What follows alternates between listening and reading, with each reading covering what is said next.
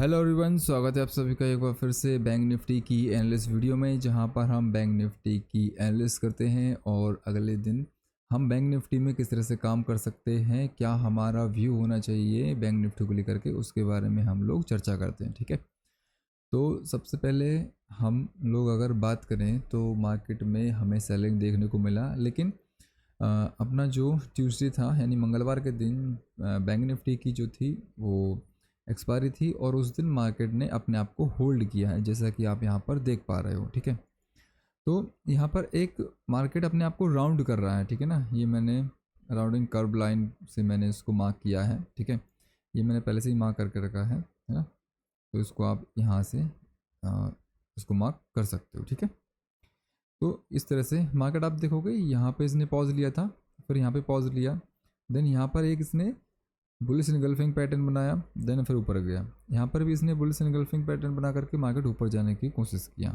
ठीक है, देन ऊपर से एक ट्रेंड लाइन भी है, तो यहाँ पर मार्केट में आप देखोगे तो इस ट्रेंड लाइन को मार्केट ने ब्रेक किया है, बट इस वाले स्विंग को मार्केट ने अभी ब्रेक नहीं किया है। ठीक है, इस वाले स्विंग को अगर ब्रेक करेगा तो फिर हम लोग कल के दिन यानी गुरुवार के दिन मार्केट में हम लोग यहाँ से क्या कर सकते हैं, एक अप साइड का मूव हम देख सकते हैं। अगर मार्केट यहाँ से अपना ब्रेकआउट करता है तो ये वाला जो हाई है इसको टेस्ट करने के लिए मार्केट ऊपर आ सकता है। ठीक है, तो एक तो प्लान हमारा ये रहेगा कि इस वाले स्विंग को मार्केट ब्रेक करे फ्लैट ओपन होकर के। ये मैं फ्लैट वाला केस बता रहा हूँ, मार्केट फ्लैट ओपन हो और यहीं पे थोड़ा सा टाइम स्पेंड करने के बाद में, ये 15 मिनट का टाइम फ्रेम पे मैं यूज़ कर रहा हूँ। ठीक है, तो उसका भी आप ध्यान रखना, राइट। तो यहाँ पर आप देखोगे मार्केट में क्या है, ये फ्लैट ओपन हो और यहाँ से अगर इस वाले स्विंग का ब्रेकआउट करता है, स्टैंड लाइन का तो ब्रेकआउट हो चुका है, देन अगर इसका स्विंग का ब्रेकआउट करता है तो हम इसके प्रीवियस डे हाई तक का हम टारगेट रख सकते हैं, जो कि है 53,250 या 225 के आसपास। ठीक है ना, तो 25-30 पॉइंट ऊपर नीचे आराम से मार्केट कर देता है, कोई दिक्कत वाली बात है नहीं, राइट।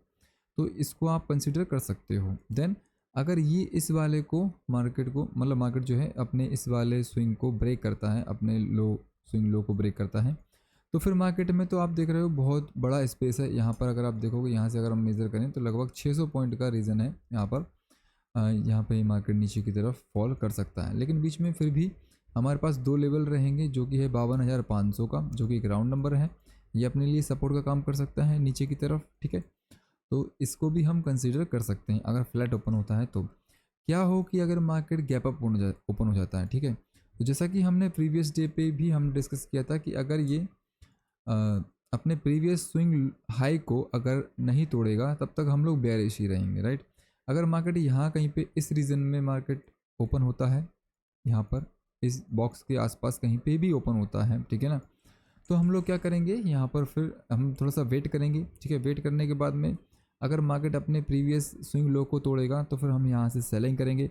अगर अपने प्रीवियस स्विंग हाई का ब्रेकआउट करेगा तो फिर हम लोग यहाँ पे इस वाले स्विंग के लिए मार्केट टेस्ट करने जा सकता है। ठीक है, और तो हम पहला टारगेट यहाँ रख सकते हैं। अगर यहाँ इसको भी ब्रेक करता है तो फिर मार्केट अपने प्रीवियस गैप को भी भरने के लिए मार्केट जा सकता है। ठीक है, तो ये एक कंडीशन होगी हमारे पास बाइंग के लिए।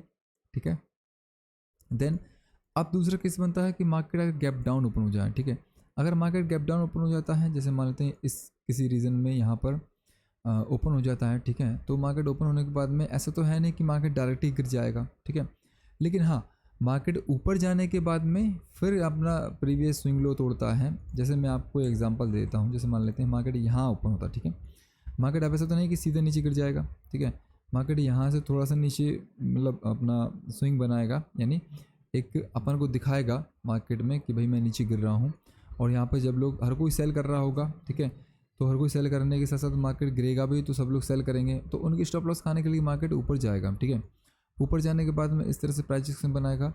ठीक है, और जैसे ही अपने प्रीवियस स्विंग लो को तोड़ेगा, ठीक है, और तो फिर हम लोग वहाँ पर टारगेट करेंगे अपना 52,500 का, उसी स्विंग लो पर हम लोग एंट्री प्लान करेंगे कुछ इस तरह से।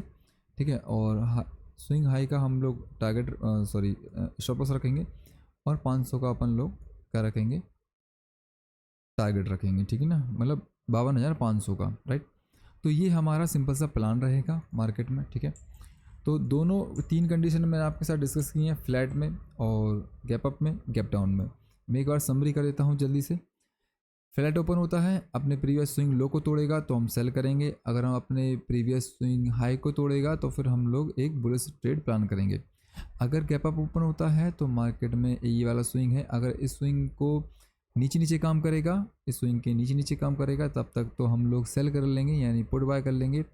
अगर मार्केट इसका ब्रेकआउट करता है तो फिर हम लोग यहाँ से एक बाय करेंगे, और जो कि हमारा पहला टारगेट होगा 53,350 का। फिर देन उसके बाद अगर मार्केट और ऊपर निकलता है तो फिर हम लोग 53,500 भी टेस्ट करने के लिए जा सकते हैं, जो कि हमारा लेवल ये रहा। ठीक है, तो ये गैप अप की बात हो गई। अब हम गैप डाउन की बात कर लेते हैं। गैप डाउन में भी वही सेम कंडीशन है, अगर मार्केट यहाँ पे ओपन होता है और अपने प्रीवियस लो को तोड़ता है तो फिर हम लोग यहाँ पर भी सेलिंग कर लेंगे। ठीक है, तो आई होप आपको ये वीडियो पसंद आई होगी। अगर आपको ये वीडियो पसंद आई है तो इस वीडियो को लाइक करो, शेयर करो, सब्सक्राइब करो।